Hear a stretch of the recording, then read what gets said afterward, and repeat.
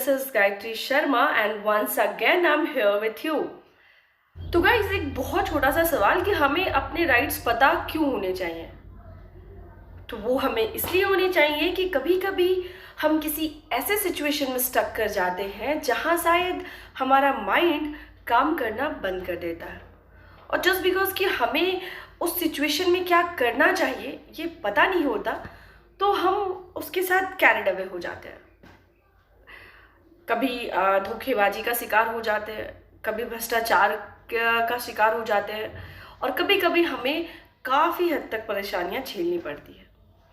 तो आज मैं रैंडमली कुछ ऐसे राइट्स जो सबको इन जनरल पता होनी चाहिए मैंने पिक करा है और मैं आपसे शेयर करूँगी। तो चलिए हम अपने वीडियो में एक एक करके सारे राइट्स के बारे में जानते हैं।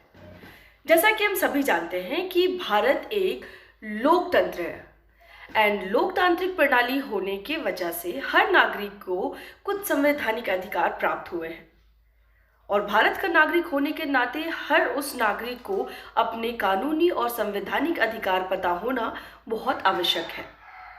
लेकिन शिक्षा और जागरूकता के अभाव में हम कभी कभी इन सारी कानूनी अधिकारों और संवैधानिक अधिकारों से वंचित रह जाते हैं और भ्रष्टाचार धोखेबाजी का शिकार हो जाते हैं। तो चलिए आज हम डिस्कस करते हैं अपना पहला अधिकार। हमारा सबसे पहला राइट, हम अपने घरों में एलपीजी गैस कनेक्शन यूज़ करते हैं। आपको बहुत भली भांति ये चीज़ पता है। क्या आप ये जानते हैं कि हर एलपीजी कनेक्शन के साथ आपको 40 लाख का इंश्योरेंस स्वतः मिलती है।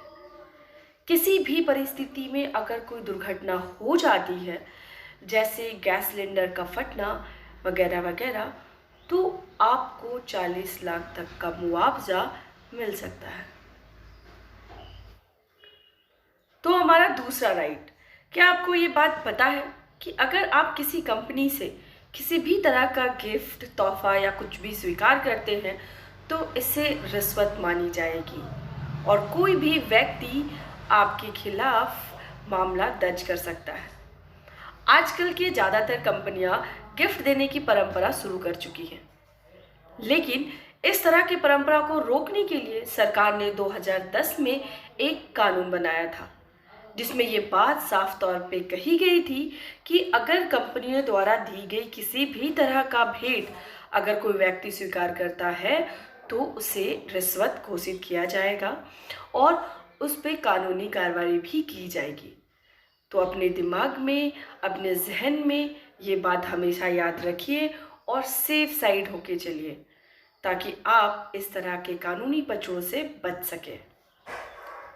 हमारा तीसरा अधिकार, क्या आपको पता है कि भारत में सिर्फ महिला पुलिस अधिकारी को ही ये राइट है कि वो किसी भी महिला अपराधी को सुरक्षित थाने तक लेके जाए। अगर कोई भी पुलिस अधिकारी किसी महिला को थाने लेकर के जाता है तो इस पे कानूनी कार्रवाई की जा सकती है, क्योंकि इसे एक अपराध माना गया है।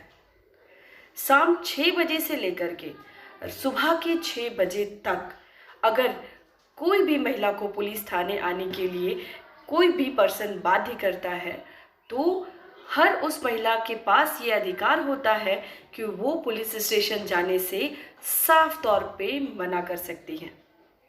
तो हमारा अनुरोध तमाम उन महिलाओं से है कि इन केस कभी ऐसा कुछ हुआ तो आप शाम के 6 बजे से लेकर कि सुबह के 6 बजे का टाइम अवॉइड करें। आप किसी भी तरह से बाध्य नहीं है उस टाइम में किसी भी पुलिस स्टेशन में अपना हाजिरी दर्ज करवाने के लिए। हमारा चौथा राइट, इनकम टैक्स ऑफिसर के पास आपको गिरफ्तार करने का पूरा राइट्स होता है। अगर आपने कर या टैक्स नहीं भरा है तो टैक्स रिकवरी ऑर्गेनाइजेशन के पास ये अधिकार होता है कि वो आपको गिरफ्तार कर ले और उनके अनुमति के बिना आप जेल से बाहर नहीं आ सकते। अगर इस बारे में आपको ज़्यादा जानकारी चाहिए तो आप ईयर 1961 इनकम टैक्स एक्ट पढ़ सकते हैं और अपने आप को अपडेट कर सकते हैं। हमारा पांचवा राइट, ये काफ़ी इंटरेस्टिंग है।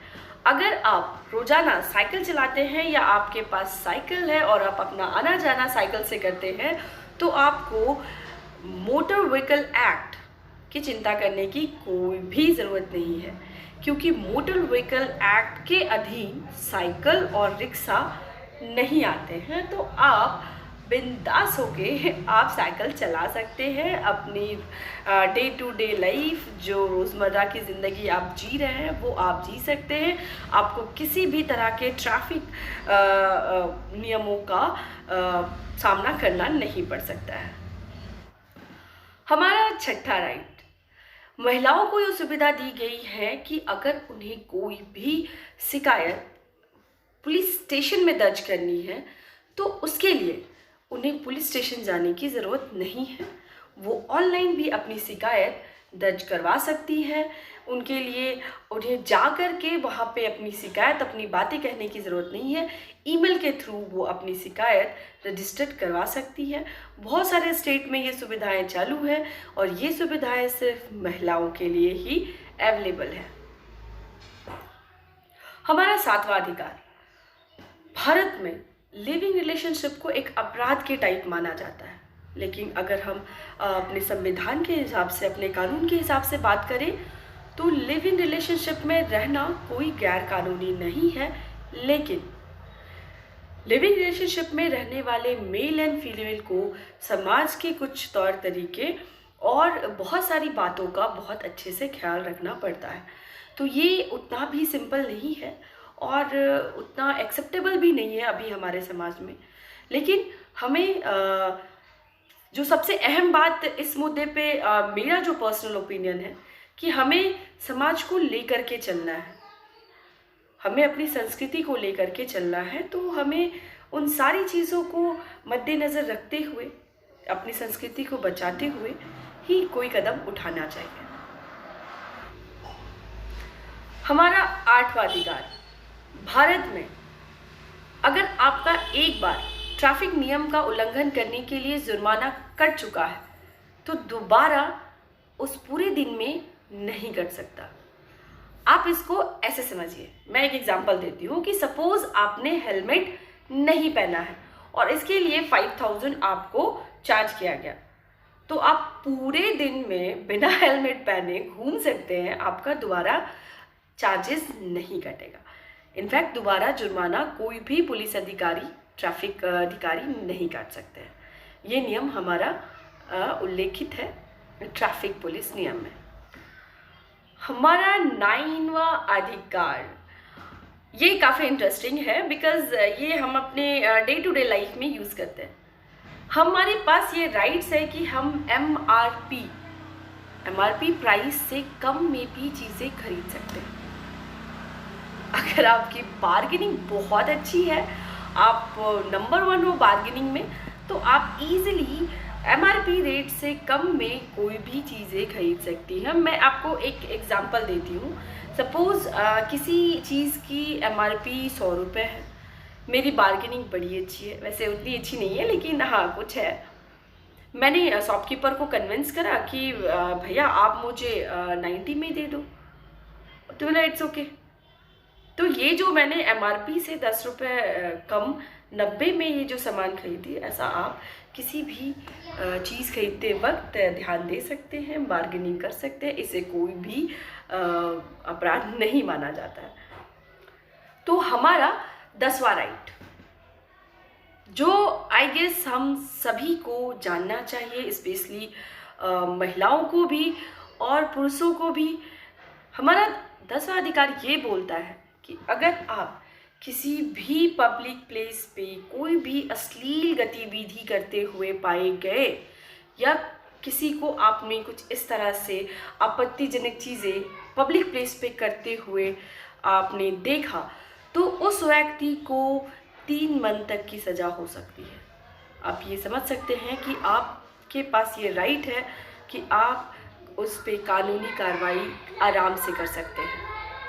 और ये हमारे जनरली बीइंग अ गर्ल, मैं इस चीज़ को समझ सकती हूँ कि हमें बहुत चीज़ें डे टू डे लाइफ में झेलनी पड़ती हैं, इग्नोर करनी पड़ती हैं। तो अगर आप ये राइट अपना अच्छे से भली भांति जानते हैं तो आप उस पर्सन के अगेंस्ट कार्रवाई कर सकते हैं और एक एग्जाम्पल सेट कर सकते हैं। तो गाइस, ये है टोटल 10 राइट्स जो मैंने आपसे अभी इस वीडियो के थ्रू शेयर किया। तो इन सब राइट्स को जानिए, समझिए, अपने डे टू डे लाइफ में इम्प्लीमेंट करिए और खुद सुरक्षित रहिए, लोगों को अवेयर करिए। मैं गायत्री शर्मा आपसे अपने नेक्स्ट वीडियो में मिलूंगी आपके किसी अपने ही राइट्स के बारे में जो शायद कहीं हम भूल चुके हैं या हमारे जहन में है, लेकिन वो क्लिक नहीं होती है परिस्थितियों के हिसाब से। अगर आपको वीडियो अच्छी लगी हो तो काइंडली सब्सक्राइब करें, एक लाइक दें और कमेंट सेक्शन में आप हमें ये बताएं कि आप किस टॉपिक पे चाहते हैं कि हमें उस परिस्थिति में अपने राइट्स पते होने चाहिए, हमें क्या करना चाहिए। तो गाइज़, आप डिस्क्रिप्शन बॉक्स में दिए गए मेल आईडी पे भी अपने सुझाव हम तक पहुंचा सकते हैं, हमें सपोर्ट कर सकते हैं। मैं गायत्री शर्मा अभी के लिए आपसे अलविदा चाहती हूँ। मैं आपसे नए वीडियो में मिलूँगी। जय हिंद।